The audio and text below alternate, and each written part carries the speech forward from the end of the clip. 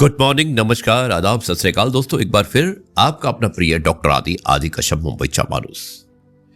दोस्तों, आपके लिए लेकर आया एक बार फिर से आपका मनपसंद programme positive karma. Episode number है 1598 और आज एक विशेष कहानी है जिसका शीर्षक है भक्त का निश्चय। बहुत ही अच्छी कहानी है, कबीर दास जी के ऊपर कहानी है। मुझे उम्मीद है कि आपको पसंद आएगी। शुरुआत करता हूं इस कहानी की कुछ इस प्रकार। दोस्तों, एक बार हुआ यूं कि कबीर जी ने साहूकार जी से 100 रुपये ले लिए और उन पैसों को उन्होंने साधु संतों पर खर्च कर दिया और इकरार किया कि कुछ महीने बाद वो सूद समेत उस पैसे को वापस दे देंगे। लेकिन हुआ कुछ ऐसे कि काफी महीने बीत गए, लेकिन कबीर ने साहूकार के पैसे वापस नहीं दिए। अब साहूकार को इस बात पर बहुत गुस्सा आया। पहले उसने अपने मुंशी को भेजा और उसके बाद स्वयं साहूकार ने आकर कहा कि अगर तुमने मेरे पैसे नहीं दिए तो मैं तुम्हारे सारे सामान की कुर्की करा दूंगा और तुम्हारा घर और तुम्हारा सामान बिकवा कर मैं अपने पैसे की वसूली करूंगा। बस क्या था, कबीर तो ठहरे साधु बहुत परेशान हो गए और उन्होंने अपनी पत्नी से कहा कि चलो हम रातों रात सारा सामान लेकर यहां से घर छोड़कर चले जाते हैं। कबीर की पत्नी ने कहा कि घर क्यों छोड़कर जाएंगे? तो कबीर जी ने कहा कि अगर घर छोड़कर नहीं गए तो साहूकार कोर्ट में जाकर हमारी कुर्की के आदेश ले आएगा और हमारे घर और सामान को बिकवा देगा। कबीर की पत्नी ने कहा कि अब घबराइए मत, भगवान श्री राम पर भरोसा रखिए, वो अपने भक्तों की रक्षा हमेशा करते हैं। लेकिन कबीर ने कहा कि पैसे मैंने लिए हैं तो भगवान राम क्या करेंगे? शायद हमें समय खराब ना करते हुए अभी रातों रात निकल जाना चाहिए। लेकिन उनकी पत्नी ने कहा कि हमें भगवान पर विश्वास करना पड़ेगा और इसी जद्दोजहद में पूरी रात निकल गई। रात को कोई भी नहीं आया। सो कबीर भी बहुत खुश हुए। उन्होंने कहा लगता है साहूकार किसी तरह से अपना विचार बदल चुका है। और जैसे ही कबीर सोने के लिए गए तभी घर पर किसी ने बहुत जोर जोर से दरवाजा खटखटाया। कबीर की पत्नी ने दरवाजे को खोला तो देखा कि साहूकार का मुंशी वहां पर खड़ा हुआ था। बस फिर क्या था, कबीर और कबीर की पत्नी दोनों घबरा गए। कबीर की पत्नी ने कहा कि क्या आप कोर्ट से हमारे कुर्की लेकर आ गए? तो मुंशी ने कहा कि नहीं, मैं कुर्की लेकर नहीं आया, बल्कि मैं एक संदेश लेकर आया हूं कि जब हम कोर्ट में कुर्की के लिए गए थे, उसके आदेश के लिए गए थे, तभी वहां पर एक बहुत ही सुंदर सा अमीर व्यक्ति कोर्ट पे आया और उसने हमसे कहा, यानी कि साहूकार जी को बुलाकर पूछा कि तुम कुर्की किस चीज के लिए ले रहे हो?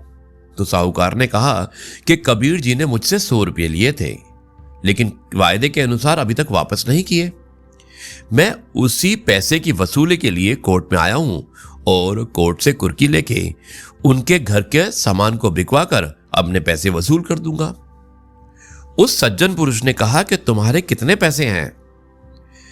तो साहूकार ने कहा कि 100 रुपये तो मेरे मूल हैं और 30 रुपये ब्याज, यानी कि कुल मिलाकर 130 रुपया।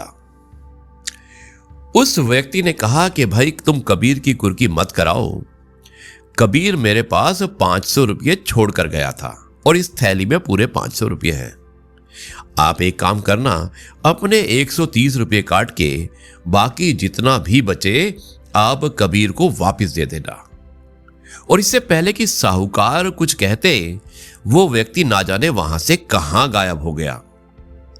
साहूकार बहुत आश्चर्यचकित था, हैरान भी और परेशान भी कि ऐसा कौन व्यक्ति है जो कबीर के 130 रुपये के अलावा 500 रुपये अतिरिक्त 370 रुपये देके चला गया। कबीर की बातों को, कबीर के कर्जे को सोचकर साहूकार ने बहुत विचार विमर्श और भगवान का ध्यान किया। तो तभी उसे ज्ञात हुआ कि लगता है स्वयं भगवान ने आकर शायद कबीर की मदद की है, तो मुझे कबीर से 130 रुपये नहीं लेने चाहिए।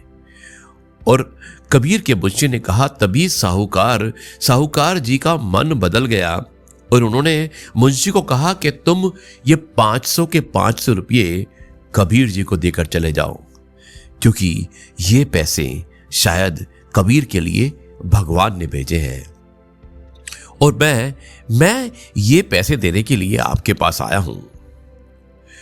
ये सुनकर कबीर और उनकी पत्नी बहुत खुश हुए और कबीर ने अपनी पत्नी से कहा कि ये 500 रुपये तुम अपने पास रख लो, क्योंकि भगवान श्री राम ने स्वयं ये पैसे हमारे पास हमारे सहायता के लिए भेजे हैं।